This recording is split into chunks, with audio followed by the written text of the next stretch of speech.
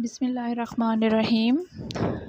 Ninth class exercise 1.6 का आज part 7 करेंगे। मैट्रिक्स इन्वर्जन मेथड के ज़रिए हम इस पार्ट को सॉल्व करेंगे। ठीक है, तो देखते हैं इसका सलूशन। स्टार्ट करते हैं। Solution is we have the following equations 2x minus 2y is equal to 4 minus 5x minus 2y is equal to minus 10। ठीक है, then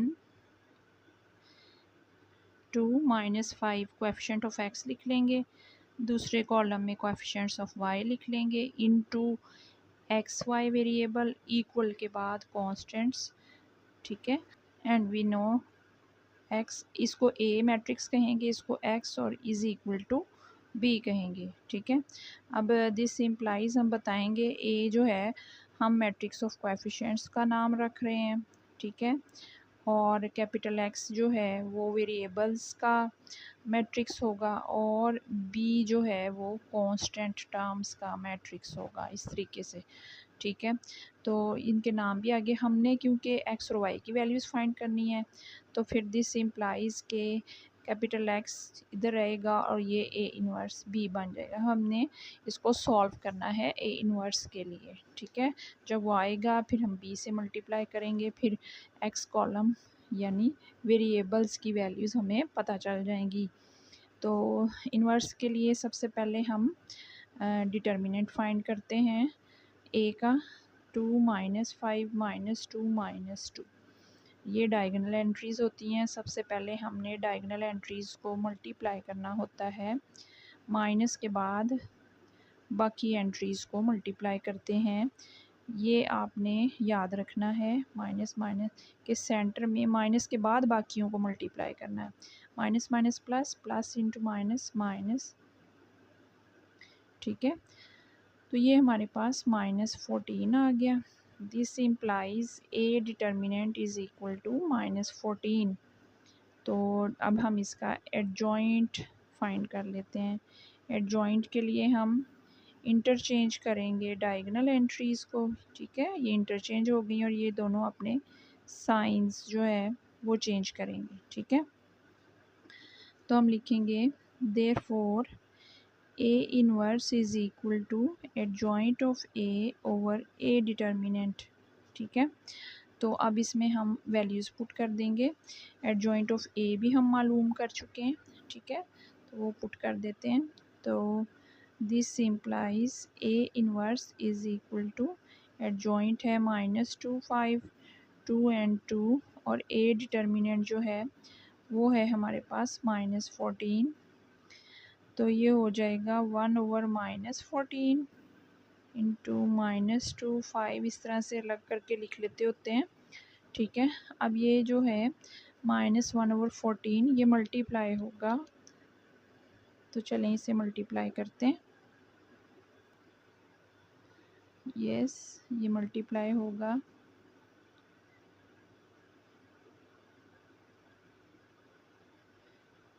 -2 multiplied by -1/14, 2 multiplied by -1/14, 5 multiplied by -1/14, 2 multiplied by -1/14। अब ये हमारे पास हो जाएगा minus minus plus, और ये cancel भी हो रहा है ना, इसे कैंसिल भी ज़रूर करना है। 1/7 ये भी कैंसिल हो रहा है। ठीक है, 7 पे ये 2 1s आर, और ये इस तरह से -1/7 एंड इसको, ये तो कैंसिल नहीं हो रहा तो ये वैसे ही मल्टीप्लाई हो जाएगा। ये कैंसिल हो रहा है तो ये -1/7 हो जाएगा। इस तरीके से ये हमारा A इन्वर्स आ गया। अब हम A इन्वर्स B फाइंड करेंगे। ये स्टूडेंट्स, अब A इन्वर्स B के लिए A इन्वर्स मैट्रिक्स लिख लिया है हमने ये, और यहाँ पे हमने B मैट्रिक्स लिख लिया है।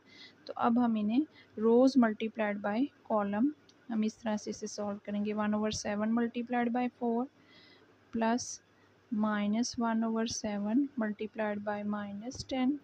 इसी तरह से सेकंड रो -5/14 मल्टीप्लाइड बाय 4 और प्लस के बाद -1/7 मल्टीप्लाइड बाय -10 हो जाएगा। अब इन्हें फर्दर सॉल्व करेंगे हम, तो ये 4/7 हो जाएगा। ये minus minus plus plus plus plus ये हो जाएगा 10/7। नीचे आ जाते हैं तो नीचे वाले सेकंड रो में 2 2s are 4, 2 7s are 14, 2 5s are 10, तो ये -10/7 हो जाएगा। ये minus minus plus plus plus is plus 10/7। ये इस तरीके से हमारे पास आएगा। फर्दर इसे सॉल्व करते हैं। 4 + 10/7 -10 + 10 डिनोमिनेटर सेम है, ठीक है। तो अब हम दिस इम्प्लाइज फाइनली हमारे पास आ जाता है 14/7 और 0/7 और आफ्टर कैंसलेशन ये हो जाएगा 7 2s are और 0/समथिंग यू नो इज़ 0, ठीक है। सो because x is equal to A inverse B, this implies xy is equal to 2 0, ठीक है। so this implies x is equal to 2 and y is equal to 0। so seventh part is also completed। Yes students, eighth part start किया हमने। 3x - 4y is equal to 4x + 2y is equal to 8। Solution में हमने उसी तरह से first statement लिखी है, we have the following equations, और ये दोनों इक्वेशंस हमने लिख ली हैं। अब हम इन्हें मैट्रिक्स फॉर्म में लिखेंगे। Then 3 1 - 4 2 into xy is equal to 4 and 8। So ये हमारे पास होगा A X is equal to B. This implies A is equal to 3 and 1 - 4 2।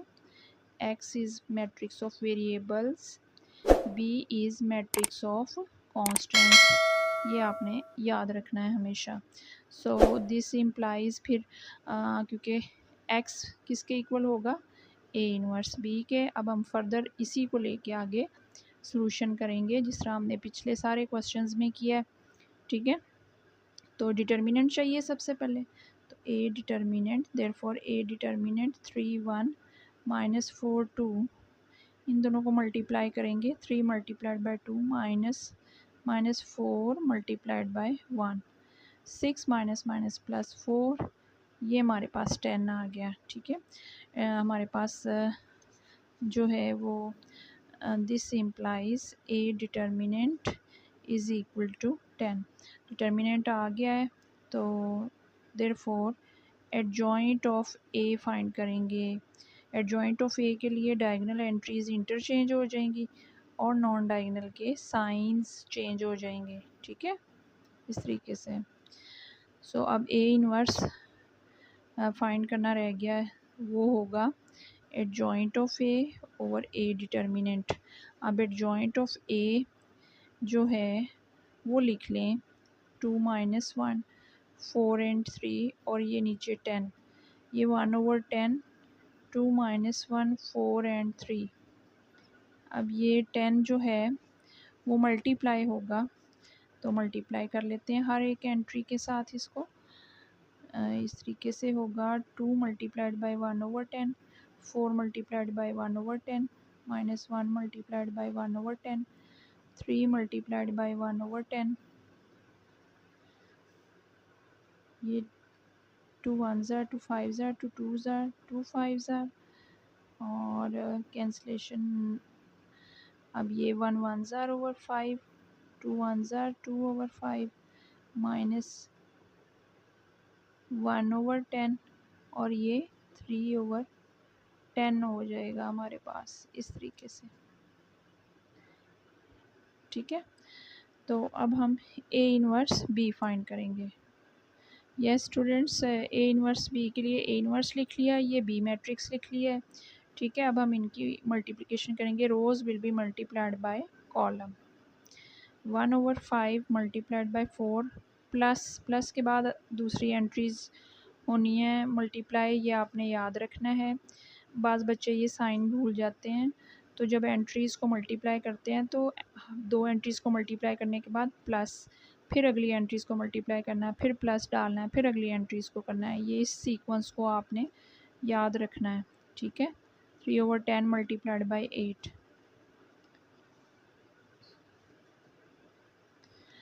अच्छा जी, ये हो जाएगा 4/5 प्लस, क्योंकि ये भी ऑलरेडी 5 है, मैं इसको, और ये भी 5 है, तो 8 2 ज़ार 16/5 सेम डिनोमिनेटर्स आ गए।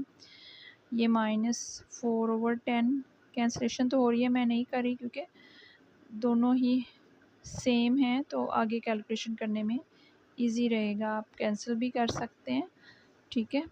अच्छा जी, इसके बाद है फर्दर ये 4 + 16/5 हो जाएगा, और ये हो जाएगा -4 + 24/10, और ये हो जाएगा 20/5, और ये 20/10। फर्दर ये 5 4 ज़ार, ये 10 2 ज़ार, ये हो गया 4 और 2। सो यहाँ पे लिख लेते हैं कि because x is equal to a inverse b, तो this implies x y is equal to 4 2, ठीक है। Hence x is equal to 4 and y is equal to 2. So students, part number 8 of question number 1 by matrix inversion method is also completed, ठीक है। सारे parts अच्छी तरह से आपने video को गौर से देखना है, ठीक है, और पूरी वीडियो देखनी है ताकि कोई स्टेप मिस ना हो, क्योंकि मैं साथ साथ बहुत से रूल्स आपके लिए रिपीट करती रहती हूँ ताकि आपके जहन में वो अच्छी तरह से बैठ जाए, ठीक है। So practice it well. Inshallah you will be succeeded. That's all.